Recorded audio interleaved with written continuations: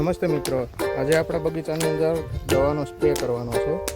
એની અંદર લીંબોળીનું તેલ અને ફૂગની દવા છે અને એક ટાંકાની અંદર નાખેલી છે ગીર ગાયની ખાટી છાશ. સાથે સાથે આ નખાઈ રહ્યું છે ગીર ગાયનું જૂનું ગૌમૂત્ર.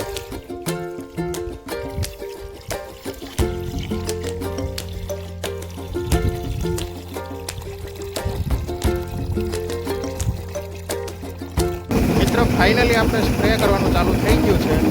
જો